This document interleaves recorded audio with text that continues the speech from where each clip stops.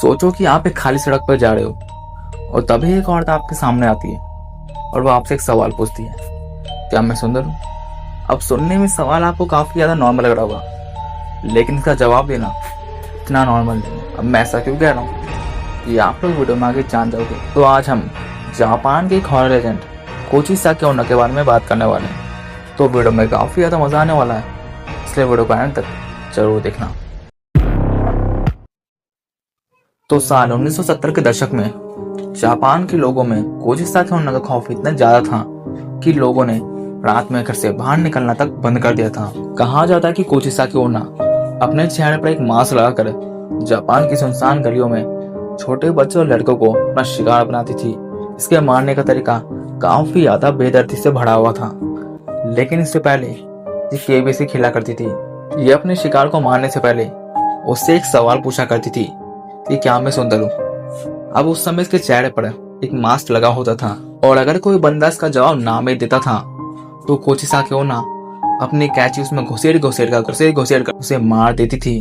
अगर सामने वाले व्यक्ति ने जवाब दिया कि हाँ तुम मुझे सुंदर लग रही हो, तब कोची साके ओना अपना मास्क हटाकर अपना सड़ा गला कटा हुआ चेहरा दिखाकर फिर से आपसे वही सवाल पूछेगी, क्या मैं अभी भी सुंदर लग रही हूँ? अब अगर आपने सच बोल दिया तब तो आप मरोगे, लेकिन आपने फिर भी झूठ बोला कि हाँ तुम अभी भी मुझे सुंदर लग रही हो, तब कोची साके ओना आपको भी अपनी तरह सुंदर बना देगी। अब क्योंकि कोची साके ओना ज्यादातर छोटे बच्चों का शिकार करती थी, इसलिए लोगों ने अपने बच्चों को स्कूल भेजना ही बंद कर दिया था। शाम के 6 बजे के बाद कोई भी बंदा घर से बाहर नहीं निकलता था। लेकिन जैसे इंडिया के लेजेंडरी लोगों ने स्त्री से बचने के लिए अपनी दीवार पर लिख दिया था ओ स्त्री कलाना, ठीक वैसे ही जापान के कुछ जुगाड़ लोगों ने भी कोची साके को उल्लू बनाने का तरीका ढूंढ लिया था।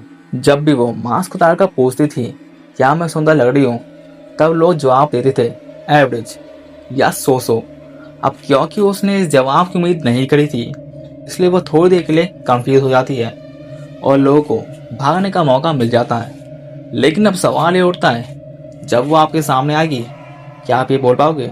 लेकिन अब आपके दिमाग में ये सवाल उठ रहा होगा कि आखिर कोची साके ओना है कौन और आखिर ये ऐसा कर क्यों रही है। तो चलिए जानते हैं आखिर इसकी बैक स्टोरी क्या है और आखिर ये भूतनी बन कैसे गई, क्या हुआ था इसके साथ। तो इस कहानी की शुरुआत होती है अब से तकरीबन 1200 से 800 साल पहले। जापान के यांग पीरियड के दौरान जापान के एक छोटे से गांव में एक काफी ज्यादा सुंदर लड़की रहती थी। उसे अपनी सुंदरता पर काफी ज्यादा नाज था। वह अपने पति के साथ रहा करती थी, जो कि एक समुराई था। युद्ध के दौरान उसके पति को युद्ध में भाग लेने के लिए जाना पड़ा। जब वो युद्ध से वापस आया तब उसने अपनी सुंदर पत्नी को किसी गैर मर्द के साथ आपत्तिजनक स्थिति में पाया, जिसे देखकर वो काफी ज्यादा गुस्सा हो गया। अपने तलवार के एक ही वार से उसने अपनी पत्नी को पूरी तरह घायल कर दिया।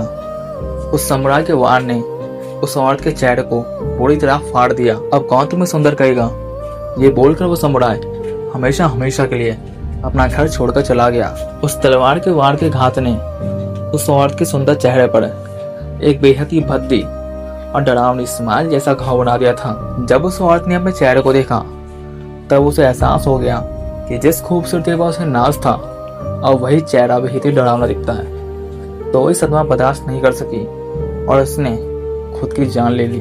वो सुंदर औरत मर गई और सबको लगा कि ये कहानी यहीं पर खत्म हो गई। लेकिन वो फिर वापस आई एक अनसुलझा रहस्य बनकर, वो रहस्य जो आज भी जापान की गलियों में घूमता है अपने अगले शिकार की तलाश में।